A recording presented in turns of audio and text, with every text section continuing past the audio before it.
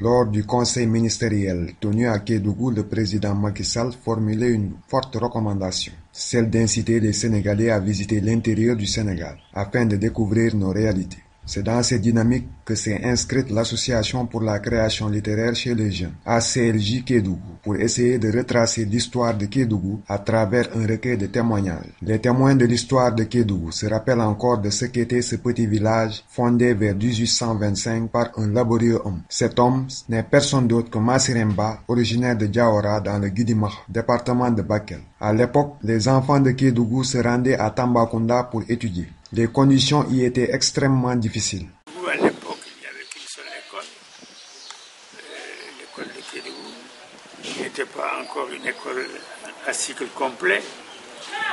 Et donc nous avons fait une partie des études à Kédougou.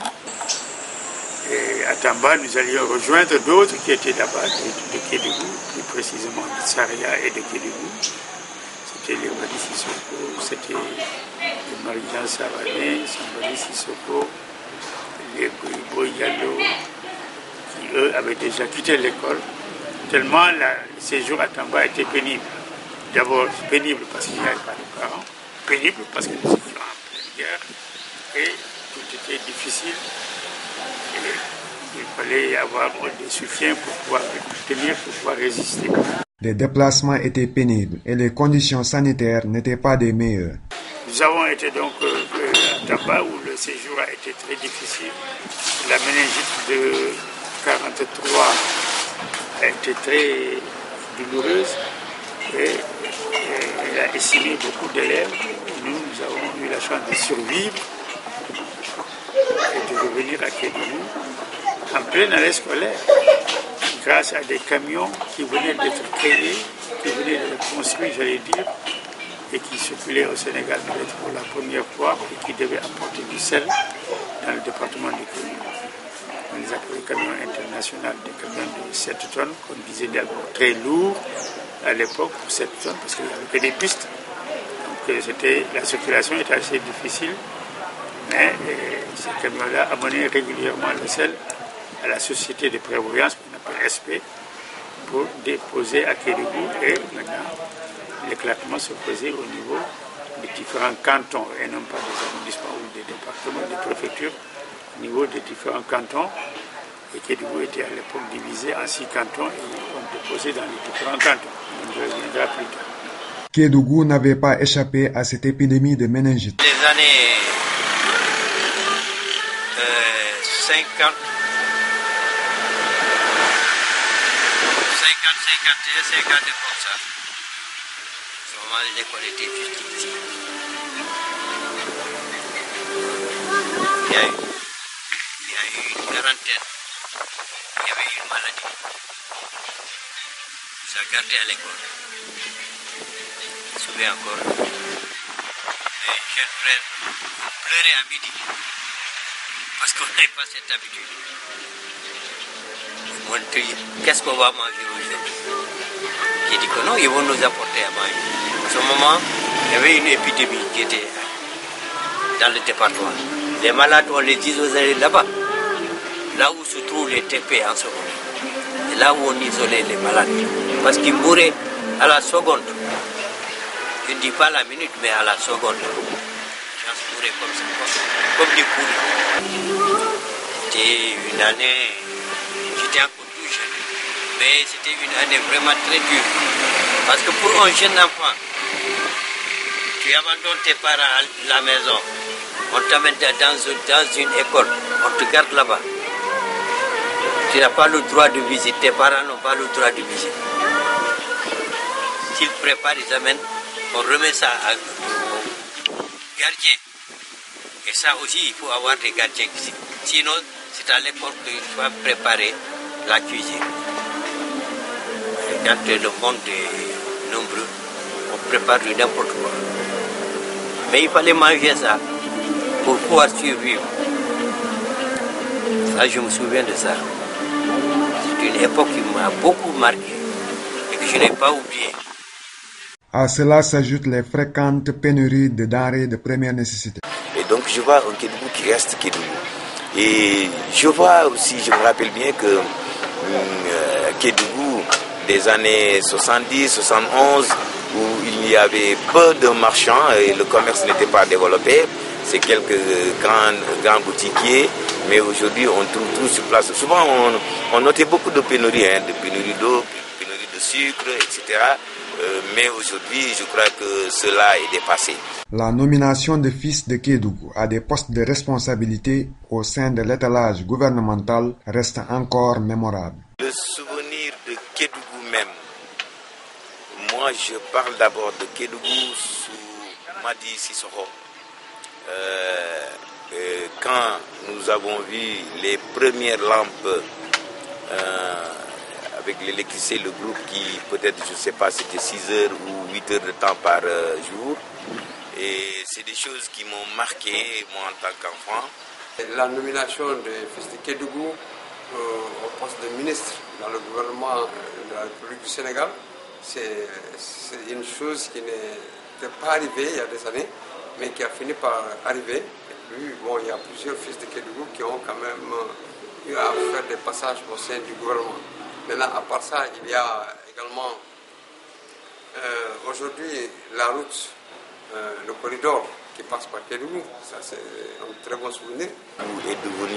A eu des responsables au niveau national, au niveau central, avec Mamba Girassi, qui a donc ouvert, je dirais, la région, et qui l'a désenclavé, parce que je me rappelle bien, quand j'allais au lycée, nous avons fait 2 jours de route entre Kédougou et Tambacounda, parce que la route était très mauvaise et il fallait donc vraiment être très courageux, des enfants de 12 ans, de 13 ans qui passaient la nuit en pleine brousse, mais aussi quand cette route a été ouverte, je me rappelle plus, en 95, et c'était pour moi un Kédougou qui s'ouvrait.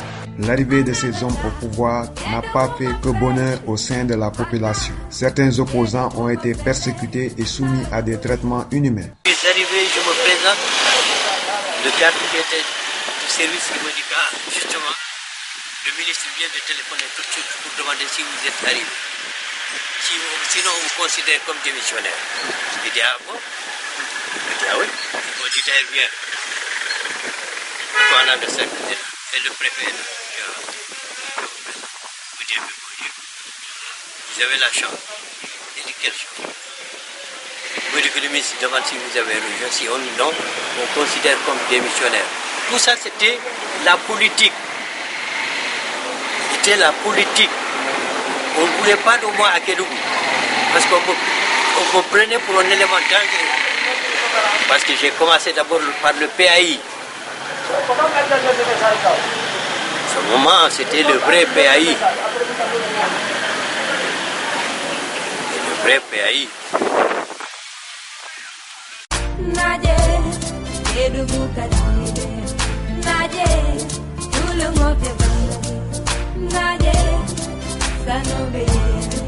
Ce qui m'a marqué aussi, c'est les pénitences. Quand nous avons vu les bâtiments érigés pour les prisonniers politiques, et c'était un peu diabolisé quand je voyais par exemple les grandes lampes comme les projecteurs, et c'était ce qui éclairait un peu Kédougou. Et c'est des souvenirs que j'ai pour Kédougou, mais pas des souvenirs parfois. Je dirais que c'est des souvenirs peut-être qui resteront et que je pourrais, si je pouvais le faire, effacer. Parce que je me rappelle que en tant qu'enfant, on n'osait pas passer à partir de 18h, 19h, on n'osait pas passer près de cette pénitence-là.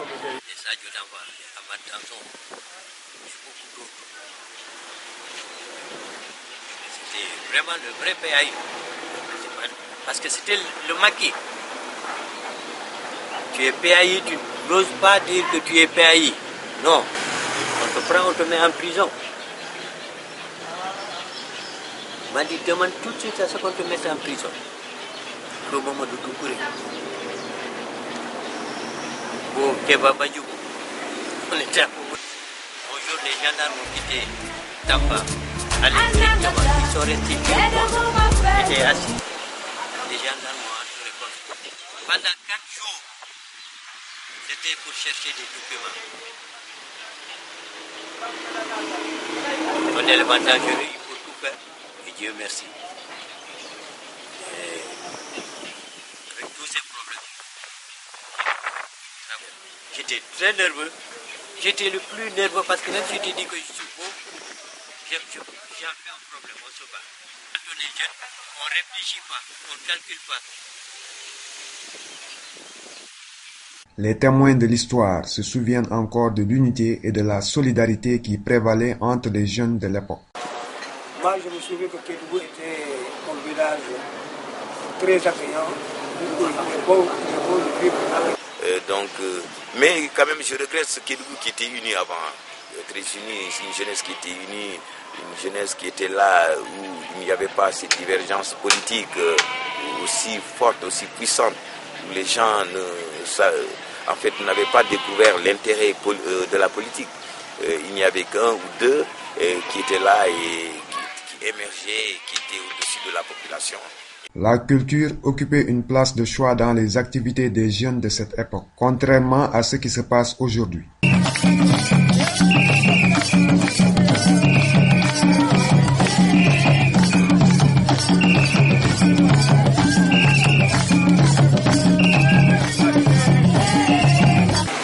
On a surtout maintenant l'impression que la culture de Kédougou a été bafouée. On a pris les temps qu'on avait où les enfants se jouaient, il y avait une léthargie culturelle qu'il y a. On a complètement oublié que nous devons, par exemple, retourner à la source. Il n'y a pas de culture à Kédougou. Le Peul, le Malinké, le Dialoké, ne se font plus entendre parler que d'autres dialectes. Alors que Kédougou doit avoir encore son authenticité de culture.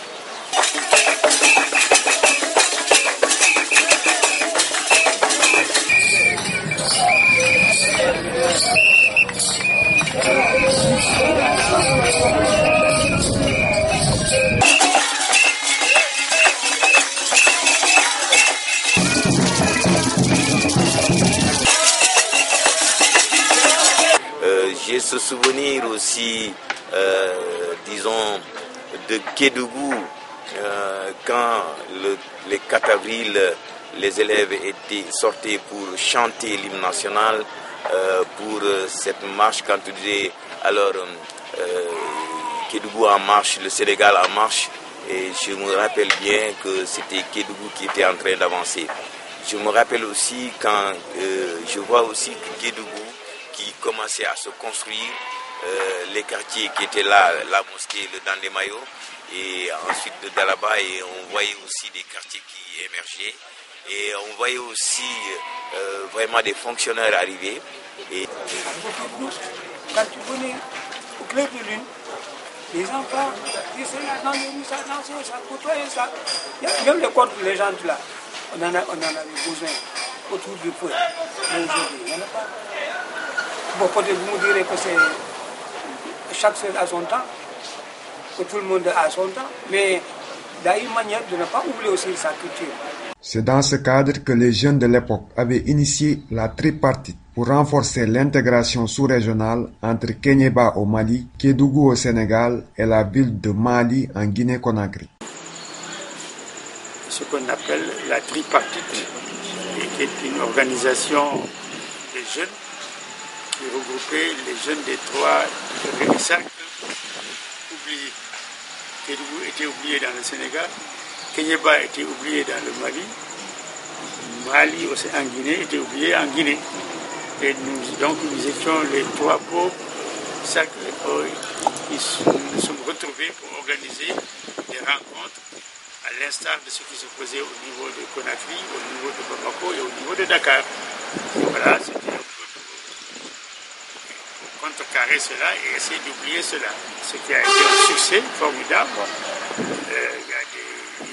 Je me rappelle l'une des dernières rencontres qui a été présidée par le ministre de la Culture en personne, François Bob, qui est venu jusqu'ici et qui est resté presque une semaine à Kédougou. Cela a été un des derniers succès d'ailleurs de la tripartite.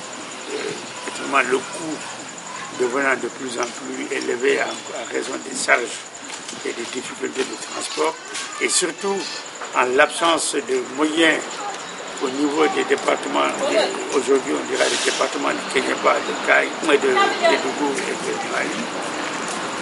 Il fallait y avoir des personnalités haut placées pour pouvoir continuer cette action. Je comprends très bien les jeunes aujourd'hui, s'ils ont des difficultés de réussir cela, c'est essentiellement à cause de ça. Les membres de l'Association pour la création littéraire chez les jeunes, ACLJ Kédougou, se sont fixés comme objectif ambitieux de reconstituer une partie de l'histoire de Kédougou. Une des fortes recommandations formulées par le président Macky Sall lors de son séjour à Kédougou.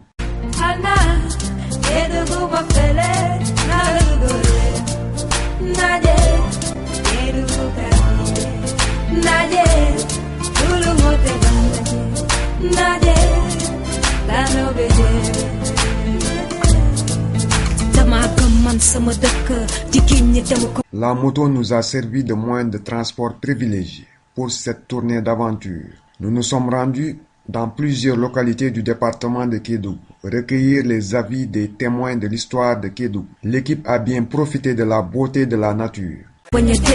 gan gu fa ñëw daal di rek damay gëstu sama démb liñ ma wax ak li mu ëmb ndindi felo di gox bu sedd Kédougou dëkk bu tedd Jaxaba ba Madina Missirah ba Saraya